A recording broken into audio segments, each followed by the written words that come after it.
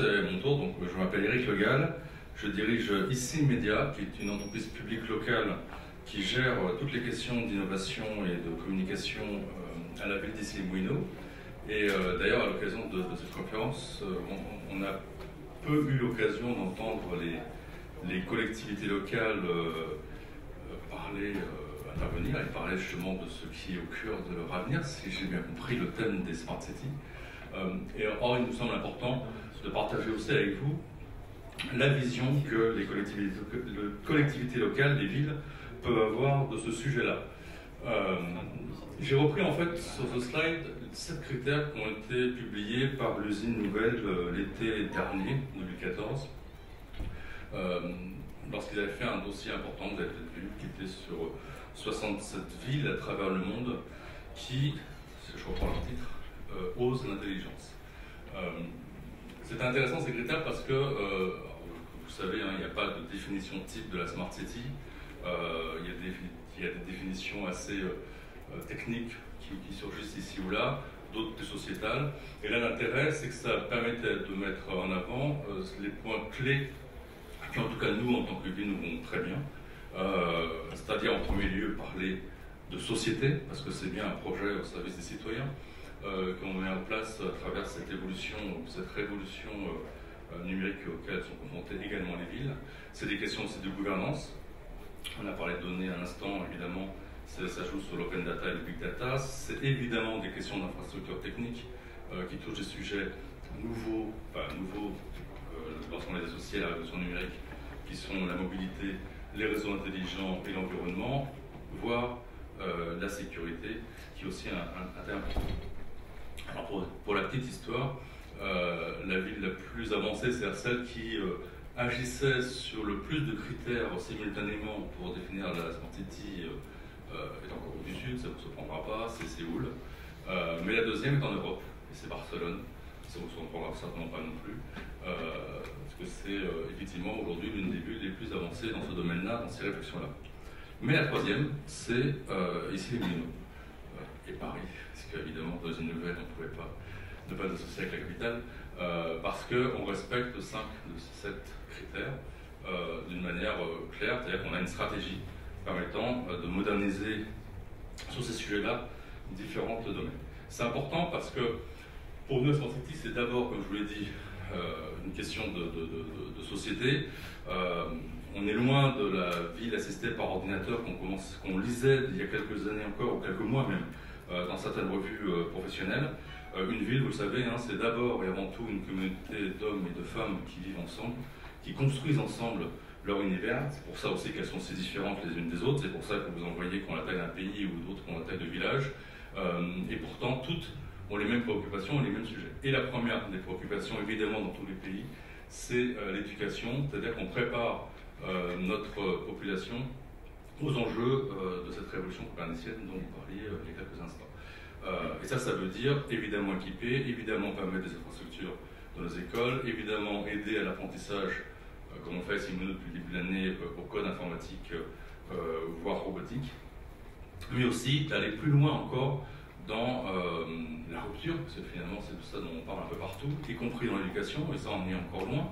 Mais si par exemple vous avez l'occasion de visiter au siège de Microsoft à Issy-les-Moulineaux la classe immersive, vous verrez qu'aujourd'hui il y a des enseignants et des élèves d'école primaire qui travaillent tous les jours dans une salle qui n'a strictement rien à voir avec une salle de classe telle qu'on les voit encore aujourd'hui et qui date de Jules Ferry pour la plupart.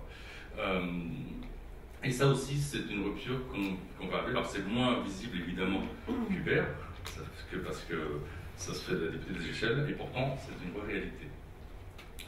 Et les Smart Cities, c'est aussi là pour moderniser les services publics, c'est-à-dire permettre à la population d'accéder le plus efficacement possible, comme les services privés le font de plus en plus aujourd'hui, à tous les services qui facilitent leur vie quotidienne, que ce soit derrière un ordinateur, derrière un smartphone.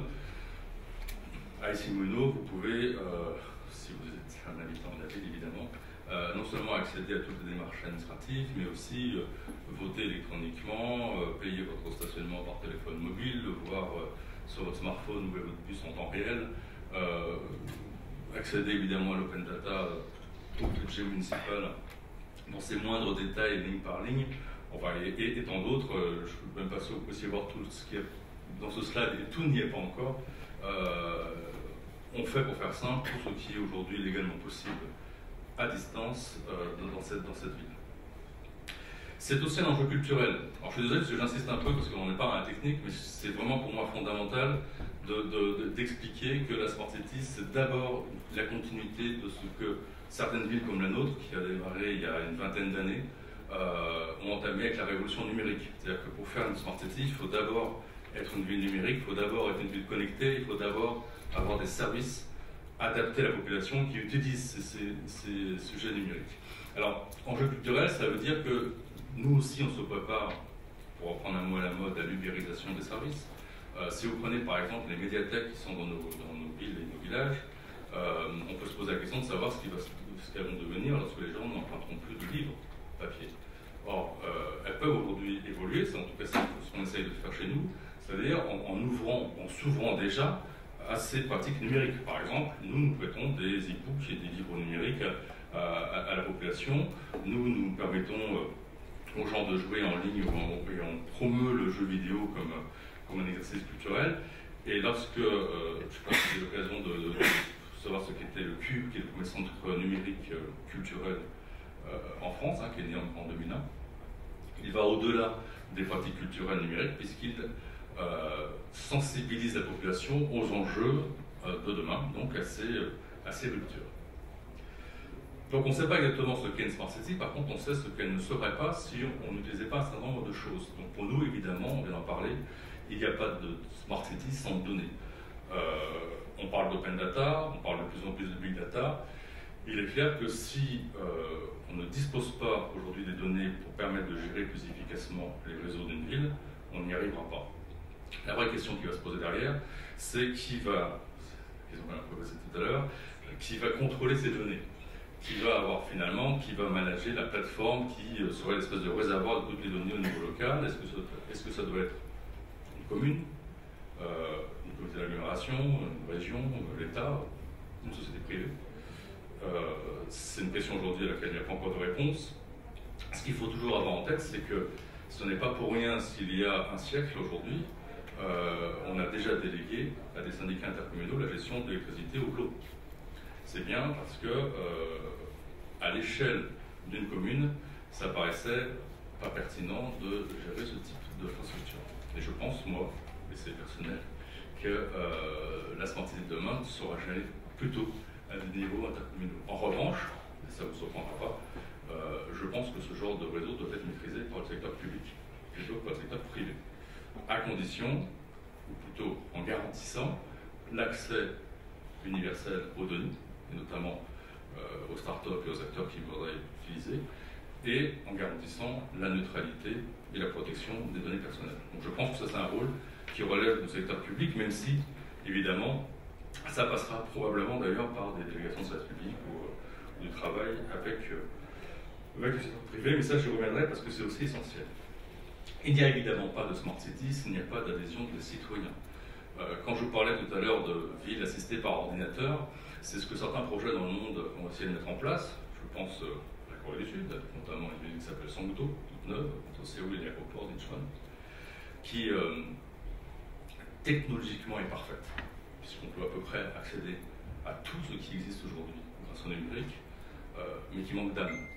Et qui manque d'âme parce que c'est un lieu qui est froid, parce qu'évidemment la technologie, par définition d'ailleurs, c'est que de la technique, c'est que des tuyaux, ce ne sont pas des gens. Et les gens qui vivent dans ces... En tout cas c'est aujourd'hui, les premiers retours que nous avons de ces expériences, montrent des gens qui s'ennuient, parce que tout est parfait. Et une ville, c'est comme un organisme, et par définition, l'humain n'est pas parfait. Alors peut-être si dans quelques générations, on est dans une société robotisée, tout le sera, mais en tout cas aujourd'hui, ce n'est pas le cas. Et aujourd'hui, si on n'a pas l'adhésion des citoyens, on peut avoir de vrais freins. Et d'ailleurs, c'est ce qu'on voit, on va parler d'Uber, on peut avoir de vrais obstacles, et on peut avoir de vrais freins, parce que si vous avez une vraie mobilisation des citoyens contre une évolution technologique, contre de nouveaux services, on le voit d'ailleurs, un mouvement qui commence à naître aussi en Californie, contre cette technicisation de la société, le système sera en panne. Et ça, pour le coup, c'est vous, acteurs économiques, qui en paierez les premiers. Mais bon, globalement, c'est la société qui... Donc on doit être extrêmement vigilant à associer les citoyens, à leur faire comprendre l'intérêt de ces évolutions, à les faire adhérer. C'est pas impossible, hein. Il faut s'interroger sur le fait de savoir pourquoi, par exemple, la France est le deuxième marché après les États-Unis d'Uber et d'Airbnb. Est-ce que c'est parce qu'on a un pays tellement bloqué qu'on s'est engouffré dans de nouveaux services qui nous facilitaient vraiment la vie? Est-ce que parce qu'on a un esprit un peu aventurier? Est-ce que parce qu'on a une graine révolutionnaire? Je vous laisse décider quelle est la bonne réponse. En tout cas, c'est un fait. Les Français sont un peu moins à détente pour démarrer. Ça, c'est notre côté un peu sceptique de nature. Mais quand on démarre, on y va.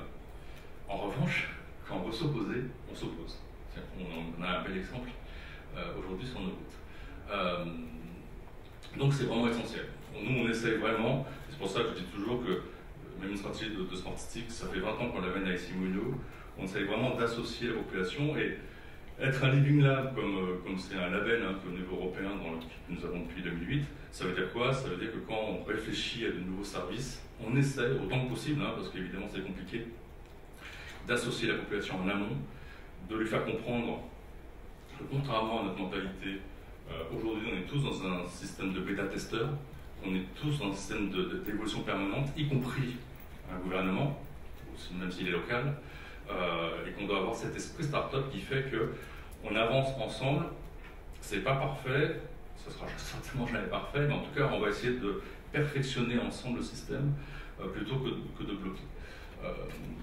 C'est ce qu'on fait par exemple en ce moment, on a créé un groupe de bêta-testeurs sur la mobilité, et on leur demande d'être parfois même alpha-testeurs, c'est-à-dire des trucs extrêmement compliqués pour un citoyen moyen, mais c'est important aussi pour nous d'associer là-dessus.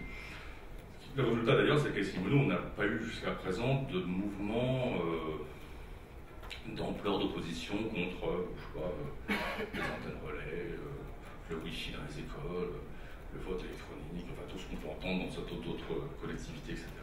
Parce qu'on a une population qui, peut-être, est plus...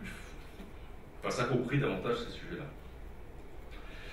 Alors évidemment, pour nous, à Smart City, c'est d'abord bâtir une ville connectée, une ville durable. On a un exemple, on essaie d'avoir un exemple concret, qui est l'exemple du Fort d'Issy, qui est un quartier qui est né en juin 2013, donc il y a à peine 2 ans, sur 12 hectares avec 1600 logements, et qu'on a voulu exemplaire en termes de haute qualité environnementale, pas même de très haute qualité environnementale, dans le sens où on va au-delà des normes réglementaires, et surtout on essaie de faire en sorte que toutes les fonctions d'une ville puissent être couvertes par de nouveaux services. Donc un habitant du Fort d'Issy-Moulineaux, à son domicile, est connecté avec la domotique, enfin la fibre optique bien entendu. Il a accès à sa consommation électrique en temps réel. Il peut donc agir sur sa consommation énergétique. Il est en réseau, il s'est auto-géré en réseau avec un forum citoyen que des résidents eux-mêmes ont créé et qui aujourd'hui est l'espèce d'agora virtuelle de tous ces habitants, donc 4000 personnes qui discutent entre eux sans même demander l'avis de la mairie ou passer par notre canal sur la vie de leur quartier, ce qu'il faudrait faire, ce qu'il ne faudrait pas faire, etc. Donc c'est vraiment quelque chose de nouveau et d'important et d'impactant pour les mairies. L'énergie renouvelable, c'est la géothermie qui gère 78% des besoins énergétiques de chauffage et d'eau chaude dans ces bâtiments, pour les logements comme pour les équipements publics. Des sujets de smart mobilité, par exemple, on a mis en place la collecte pneumatique des déchets plutôt que la gestion des camions poubelles dans le quartier. On a ouvert les parkings de nos écoles en parking partagé avec des startups, en l'occurrence là c'est Bipark, pour permettre d'ouvrir le nombre de stationnements aux visiteurs. On a mis en place des parcours historiques numériques parce qu'il se trouve que le Fort d'Issy, avant d'être un quartier ultramoderne, était d'abord un vieux quartier militaire, un fort militaire qui était destiné à sauver ou plutôt à protéger la capitale et qui a été sur le chemin des Prussiens en 1970 lorsqu'ils ont assiégé Paris, et puis des Versaillais lorsqu'ils ont assiégé les communards, ou plutôt les communards lorsqu'ils ont attaqué Versailles, quand vous voulez, en tout cas on est au milieu des deux. Et c'est donc la page la plus sanglante d'ailleurs d'ici Moulineaux, parce que la ville a été à peu près détruite, il y a eu énormément de morts à ce moment-là. Et l'idée, c'était de se dire, évidemment, on ne va pas créer un musée pour raconter cette histoire-là, en même temps, c'est quand même l'histoire la plus importante de la vie moderne de cette ville. Et donc, on a essayé d'utiliser le numérique, mais sur différentes facettes, pour que les gens puissent accéder d'une manière, enfin, à leur rythme, en fait, à cette histoire. Donc, on a, dans un équipement public, un espèce de grand encyclopédie numérique sur l'histoire de la guerre de 70 et de la Commune de Paris, mais vous pouvez aussi, à travers des codes QR ou des tablettes, vous balader dans le fort et avoir accès à des épisodes, rencontrer le robot Nao qui vous raconte lui ça, ou même porter des lunettes connectées pour faire un tour et pour voir ce que vos yeux ne peuvent pas voir, parce que quand je vous parle de géothermie, de fibre optique, de choses comme ça, ou de collecte pneumatique des déchets, vous ne voyez évidemment pas les réseaux souterrains qui sont en dessous, et grâce à ces lunettes-là, vous pouvez vous promener et visualiser comment ça se passe concrètement dans les villes. Donc ça, c'est vraiment pour nous un point important. C'est un quartier qui est raccordé aussi à EasyGrid. EasyGrid, c'est le premier démonstrateur en France de Smart Grid, qui avait pour objectif, comme tous les projets de Smart Grid, de voir comment nous pourrions mieux consommer, plus intelligemment, mais surtout moins cher, et plus efficacement l'électricité dans nos bâtiments. L'avantage de ce projet, c'est qu'il touche là aussi encore toutes les fonctions de la ville, donc les immeubles de bureaux, des logements, la voirie, avec les candélabres, des lampadaires, avec les bornes de recharge de véhicules électriques, des équipements comme la gare RER, d'une école, puisque l'école des avocats va être raccordée également. Enfin bref, tous les bâtiments pour voir comment ils peuvent ensemble gérer à l'échelle d'un quartier ou d'une ville ces consommations énergétiques. Gérer, ça veut dire quoi? Ça veut dire que si un bâtiment produit localement de l'énergie avec des panneaux photovoltaïques ou des mini-éoliennes ou je ne sais quoi, il peut les mettre dans son réseau interne pour effacer les pics de consommation lorsque des grosses chaleurs ou des grands froids, mais il pourrait idéalement aussi passer ce réseau, cette énergie aux immeubles de logements qui ne consomment pas, parce que les gens ne disent pas. Bon, ça c'est la théorie, parce qu'évidemment en réalité il y a quand même une réglementation qui falsifie un petit peu tout ça. Mais aujourd'hui ce qui est clair, c'est que ça fait 3 ans que ce projet existe. Ils savent, alors quand je dis ils savent, c'est cette dizaine d'entreprises, toutes leaders dans leur propre domaine, ils savent effacer les pics de consommation, ils savent expliquer à l'échelle du quartier, à tel bâtiment, qu'il peut baisser sa consommation parce qu'un autre va avoir une surcharge et donc réussir à lisser la consommation à l'échelle du quartier. Ce qu'ils ne savent pas encore faire, c'est convaincre la population, donc monsieur et madame tout le monde, de s'enthousiasmer pour ce type de sujet, qui est un sujet quand même très technique, en sachant que l'enjeu de la facture d'électricité est quand même pas si important en France par rapport à d'autres pays européens. L'électricité n'est pas très chère dans ce pays, pas suffisamment en tout cas pour qu'il y ait un engouement pour tester de nouvelles formules. Parce que pour un particulier, ça veut dire quoi? Ça veut dire mettre des appareils sur chacune des prises électriques et gérer évidemment tous ces appareils en temps réel, mais ça veut dire concrètement agir. Et ça, c'est un peu plus compliqué, ça va être un des grands défis d'ailleurs qu'on aura dans les prochains mois. C'est un point quand même important parce qu'il n'y aura pas non plus de Smart City sans une nouvelle forme de coopération entre le secteur public et le secteur privé. D'abord parce qu'aucun des deux secteurs ne saura faire tout seul la Smart City. Parce que le privé, ça va faire des trucs tellement techniques, tellement géniaux que ça ne marchera pas parce que les gens n'adopteront pas. Et deux, parce que le secteur public n'est pas compétent, donc il se planterait de la même manière. Donc il faut véritablement avoir une nouvelle manière de travailler ensemble, mais qui soit, pour cette chose nouvelle, très différente de celle qu'on a aujourd'hui. C'est-à-dire qu'il faut prendre en compte d'abord une chose simple, que je pense qu'on répète de plus en plus, c'est que les finances publiques n'existent plus. On va avoir de moins en moins d'argent, et donc le secteur public va se paupériser dans ce pays, il faut en être conscient, et comme aujourd'hui c'est un des principaux investisseurs dans le pays, il va falloir, voilà, ça aussi c'est une nouvelle forme de rupture dans la manière de gérer cette économie. Donc il faut que le secteur privé prenne le relais, et que le secteur public joue un autre rôle. Cet autre rôle, ça peut être celui, en tout cas c'est celui que nous on mène à notre échelle, dans ce projet-là par exemple, où pas un centime public n'est dépensé, c'est d'accompagner le projet, c'est de sensibiliser la population, c'est d'aider à l'ouverture, à surmonter certains obstacles administratifs ou techniques. Par exemple, il a fallu discuter longuement avec la CNIL. Donc voilà, c'est là où le secteur public peut aussi avoir un rôle utile. En tout cas, ce qui est sûr, c'est que ce n'est pas demain le secteur public qui pourra financer une évolution aussi importante des fonctions de la ville qu'on imagine. Ça, c'est une conviction. Alors, encore une fois, sauf si on arrivera à industrialiser un modèle économique, on trouvera un modèle économique pour gérer ça à niveau des syndicats intercommunaux, de DSP ou je ne sais quoi, ça changera, peut-être, mais en tout cas aujourd'hui, c'est sûr que ce n'est pas le bon méthode. D'ailleurs, vous voyez dans la presse, tous les grands projets de Smart City qui avoisinent les quelques millions d'euros pour quelques expérimentations qui donnent des résultats qu'on cherche encore, commencent à être pointés du doigt. Et c'est normal, parce que c'est évidemment l'argent public de nos contribuables. Nous, on essaie de faire en sorte de ne pas dépenser trop d'argent public, de ne pas dépenser trop d'argent tout court d'ailleurs, parce que l'intérêt de travailler avec le secteur privé, c'est qu'il faut aussi dépenser le secteur public. Et si je prends l'exemple des cycles, on prend un exemple très simple, je ne vais pas faire de comparaison avec d'autres projets de smart grid au niveau national ou européen, mais clairement, ça, c'est un projet qui, depuis 3 ans, a coûté 2,5 millions d'euros. Donc, divisé par les 10 entreprises qui sont autour de la table, c'est largement abordable pour faire un projet qui, aujourd'hui, est considéré comme l'un des projets, ou si ce n'est le projet, le plus avancé, le plus abouti de smart grid dans ce pays. Donc, comparez-le avec d'autres projets qui coûtent plusieurs millions d'euros, vous voyez qu'on est dans cette logique-là. Je parlerai également d'ailleurs de smart mobilité tout de suite, parce que c'est exactement le même état d'esprit dans lequel nous sommes. On veut faire la démonstration que la smart city peut réellement améliorer la mobilité urbaine. En fait, ça veut dire quoi? Peut réellement avoir un impact sur nos déplacements.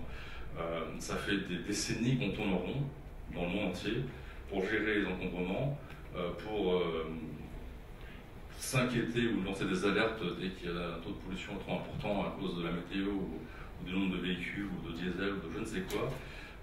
Mais on ne fait que s'inquiéter, il n'y a pas d'action, parce qu'il n'y avait pas en tout cas de moyens concrets.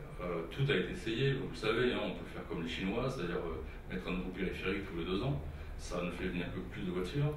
On peut mettre des péages urbains comme à Londres, mais je n'ai pas vu non plus le nombre d'embouteillages changer. On peut mettre des capteurs vidéo un peu partout comme à Moscou, ça reste quand même la ville à peu près la plus encombrée du monde, enfin d'Europe en tout cas. On n'a pas trouvé de solution idéale. Alors, je ne suis pas en train de vous dire qu'on va enfin la trouver, mais nous pensons que le numérique, et la smart city en l'occurrence, peut être une vraie opportunité de changer les choses. Avec des choses finalement très simples, c'est le pari qu'en individualisant l'information, on peut changer les comportements et donc on peut changer la mobilité. À travers cet outil qui est le smartphone, en communiquant une information multimodale en temps réel, on peut peut-être réellement changer les choses, c'est-à-dire réduire les embouteillages et évidemment la pollution et contribuer à la lutte contre le changement climatique. Alors, c'est un pari, certains commencent à le faire, c'est pas encore au point, et pourtant, c'est simple, il suffit de voir des applications comme Waze, pour ceux qui l'utilisent, sachent qu'un bouchon, enfin en tout cas moi c'est mon cas, je sais plus ce que c'est. J'habite loin de Paris, ce matin j'ai pris la voiture malgré le tracteur, et sans aucun problème, parce qu'il suffit d'avoir l'information pour bouger. Ce qui manque aujourd'hui, et c'est l'un des paris de ce projet, c'est de démontrer qu'une vraie transversalité entre les acteurs de la mobilité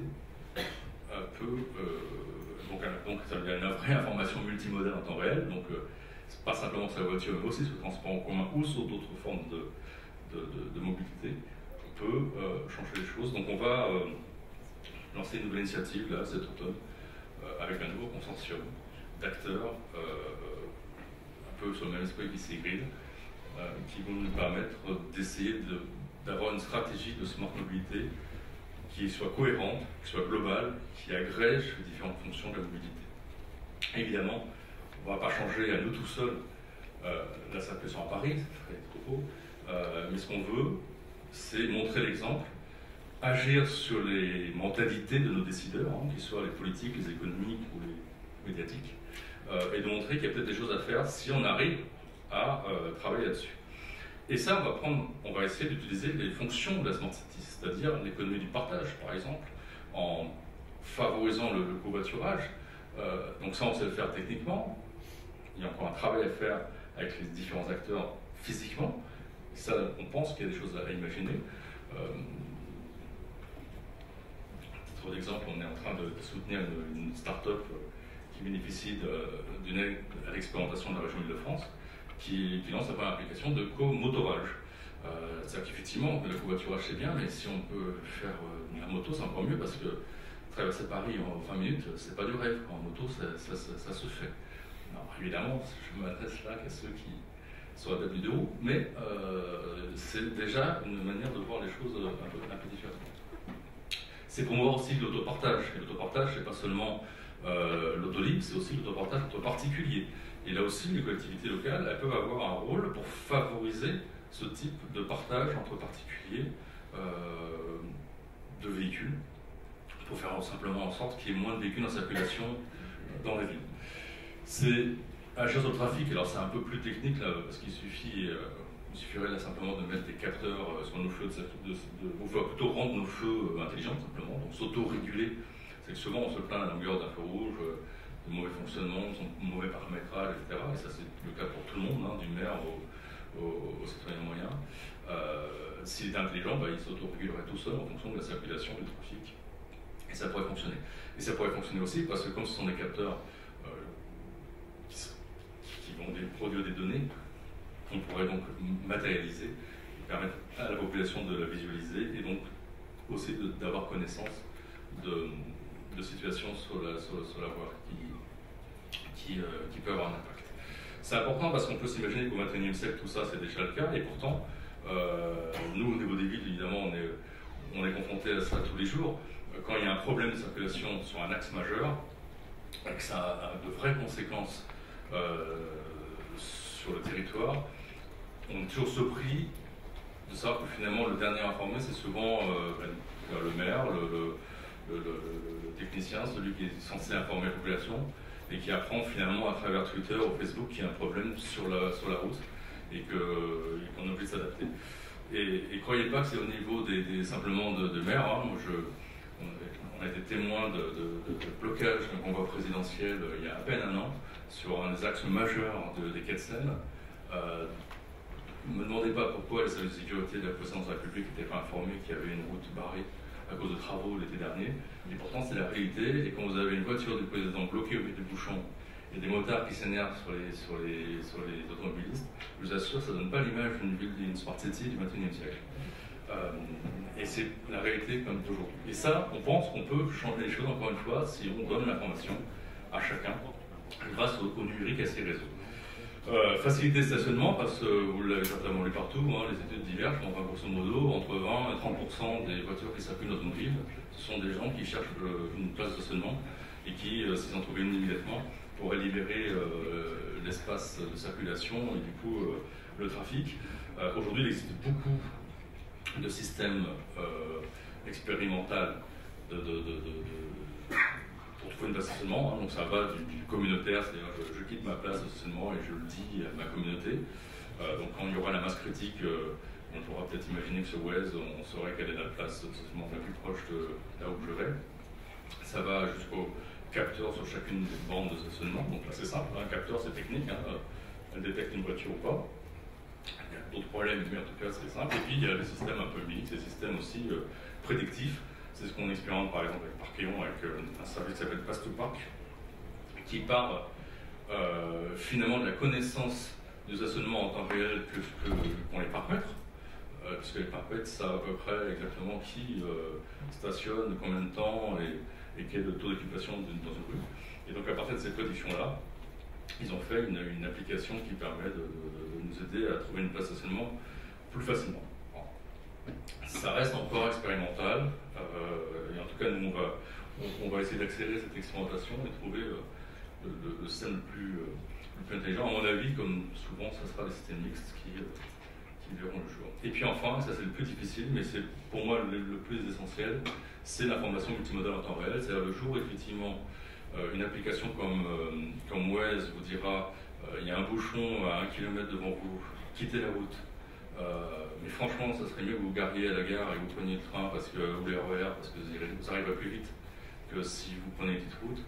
Et ben, ce jour-là, on aura réussi à faire un vrai projet de smart mobilité. on n'y est pas encore, mais on y arrive. Paradoxalement, en région, ils sont plus avancés qu'en région Île-de-France, parce qu'ils maîtrisent davantage les opérateurs de transport en commun, ils peuvent demander que les données soient davantage accessibles. Mais c'est une évolution qui est en train de se produire aussi dans notre région, hein, puisque les collectivités locales sont demandeuses, et que le STIF a déjà annoncé, il a d'abord déjà adopté une plateforme d'open data, ce qui est déjà un premier signe, et il a déjà annoncé qu'il ouvrirait ses données là-dessus. Donc vous voyez, la Smart City pour nous, c'est des choses techniques, mais c'est surtout d'abord des choses qui vont avoir un impact sur les usages de nos habitants, de notre population. C'est demain, pour nous, oui demain, une Smart City, c'est d'abord une ville qui est soucieuse de son environnement, bien sûr, mais qui est capable de maîtriser ses flux de circulation, voire de les réduire, et qui est capable de maîtriser ses flux de consommation énergétique, voire de les réduire. Je ne crois pas du tout à l'idée d'un espèce de centre de conférence avec plein d'écrans, un peu comme une station spatiale, ou un peu comme Kourou.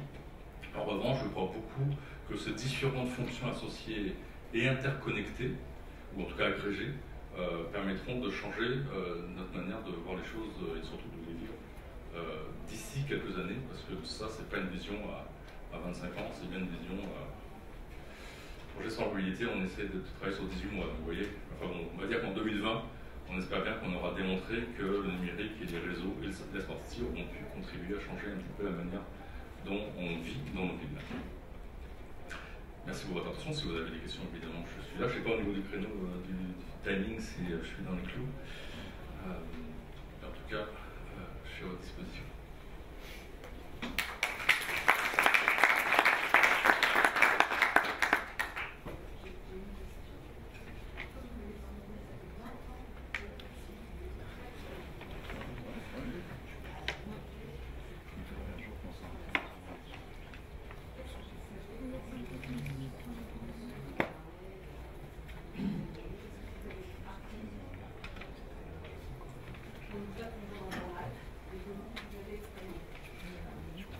Essentiellement, le fait de tenir compte de la vie des habitants.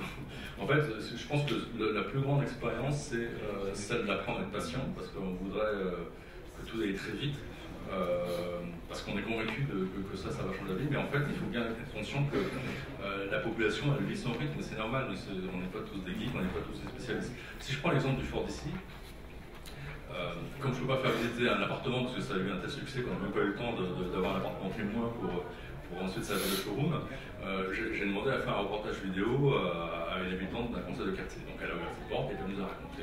Donc elle nous racontait qu'elle avait fait le choix d'acheter dans ce quartier parce que justement c'est un quartier qui se présentait comme un éco-quartier numérique. Donc il y avait vraiment ces deux modèles.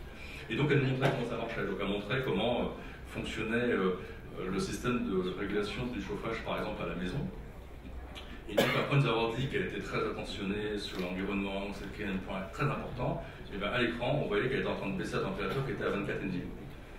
Donc vous voyez, c'est ça. Et si je prends l'exemple de la géothermie, qui est un autre exemple, le premier hiver, on a eu quelques soucis. La géothermie permet de chauffer donc, les appartements. Puis évidemment l'hiver c'est limité à 19 degrés parce que c'est la norme pour. Et bien évidemment on a eu une levée de bouclier telle des habitants qu'on a été obligé de changer un peu le dispositif technique et permettre aux gens d'aller un peu plus en hiver que 19 degrés. Donc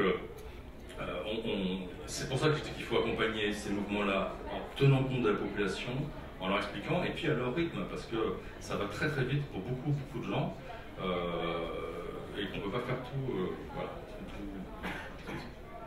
Mais l'intérêt des villes qui démarrent maintenant, c'est que elles sont justement tout cet actif. Mais on ne fait pas tout, je veux dire, en claquant des doigts. Clairement, c'est pour ça que pour moi, il est important de dire que la Smart City doit reposer sur un socle qui est celui de la ville numérique. C'est-à-dire qu'il a bien fallu qu'avant, la ville ait des infrastructures et des services. Sinon, si vous lancez tout de suite des services trop révolutionnaires, vous allez prendre le risque d'avoir un handicap. Pour reprendre l'exemple du Fort d'ici. Évidemment, pour être intégré au Smart Grid, on a demandé l'autorisation à chacun des résidents, hein, c'est ce que la CNIL nous a demandé. Et bien, on a 10% des gens qui n'ont pas voulu se connecter au réseau. Parce que pour eux, se connecter au réseau, ça veut dire un risque de protection de vie privée, enfin, voilà, toutes les peurs que vous pouvez entendre ici ou là. Et même dans une ville plutôt avancé, avec une population plutôt ouverte à ces questions-là, voilà, on a des gens qui disent non, non, je préfère attendre pour voir, etc. On n'a pas levé de bouclier, mais on a des gens qui sont prudents et qui font attention. Et donc ça, c'est vraiment important. C'est la principale chose qu'il faut retenir. Merci à vous en tout cas.